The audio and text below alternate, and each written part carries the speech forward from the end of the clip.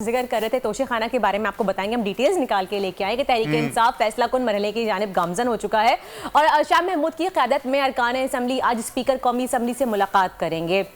Speaker राजा परवेज अशरफ कहते हैं कि इकट्ठे आने की ज़रूरत नहीं है, हर मेंबर अलग अलग आएगा, इस्तीफ़ा लिखे फिर तस्दीक करूंगा। मजीद इस हवाले से उन्होंने क्या तफसीलात हैं, क्या मजीद डिटेल्स हैं, इसकी जानेंगे। हमारे नुमाइंदे इस वक्त वहाँ पे मौजूद हैं।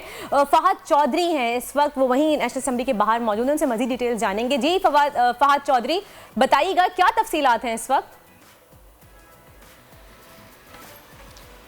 जी देखिए, तहरीक इंसाफ के अरकान असम्बली के मामले पर आज तहरीक इंसाफ का वफ्द शाह महमूद कुरैशी की सरबराही में स्पीकर कौमी असम्बली राजा परवेज अशरफ से मिलेगा।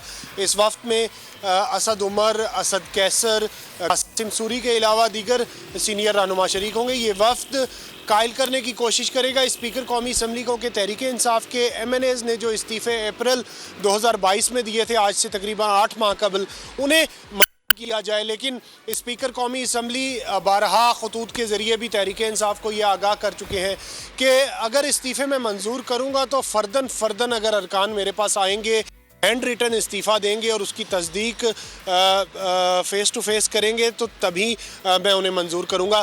थोड़ा सा मैं बैकग्राउंड आपको बताता चलूँ।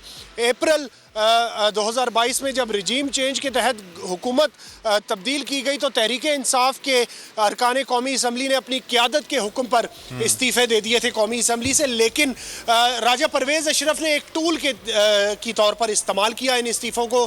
चंद माह कबल अपनी मर्ज़ी के 11 इस्तीफ़े मंजूर कर लिए स्पीकर ने, जहाँ पर उन्हें उम्मीद थी कि ज़िमनी इंतखाबात में PDM फिर उन पे इंतखाबात भी और पाकिस्तान तहरीक इंसाफ ने उनमें अक्सरियती सीटों पे जीत भी ली थी। अच्छा फहद, आपसे जानना चाहेंगे आज वैसे क्या माहौल नजर आ रहा है, क्योंकि राजा परवेज अशरफ साहब जो थे वो सिंध में मौजूद थे, क्या वो इस वक्त इस्लामाबाद में मौजूद हैं? दूसरा, एक और चीज भी हमें सुनने को मिल रही थी, शायद उन्होंने किसी बैरूनी दौरे पे जाना था, तो इस तरह की बातें भी की जा रही हैं, इनमें कितनी सदाकत है? जी देखिए, राजा परवेज अशरफ वैसे तो आंख मिचौली ही खेल रहे हैं गुज़िश्ता 8 माह से इस्तीफों के मामले पर, लेकिन अब जब प्रेशर बढ़ा, दबाव बढ़ा, तो स्पीकर कौमी असम्बली ने भी हामी भर ली मुलाकात के लिए।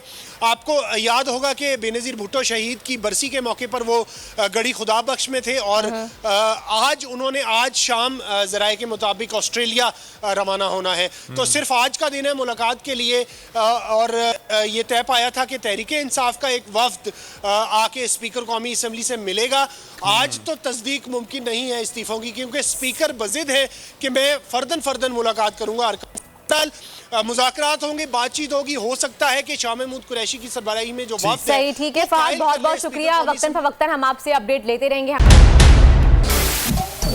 सबसे बड़े चैनल बोल न्यूज के एंकर मखदूम शहाबुद्दीन के प्रोग्राम अब बात होगी ने रेटिंग के तमाम रिकॉर्ड्स तोड़ दिए। मैं हूं मखदूम शहाबुद्दीन और आप देख रहे हैं अब बात होगी। 46% नाजरीन ने बोल न्यूज को देखा, सोशल मीडिया पर भी सबने ज्यादा देखा। सब्सक्राइब करें और बेल दबाएं ताकि कोई खबर रह न जाए।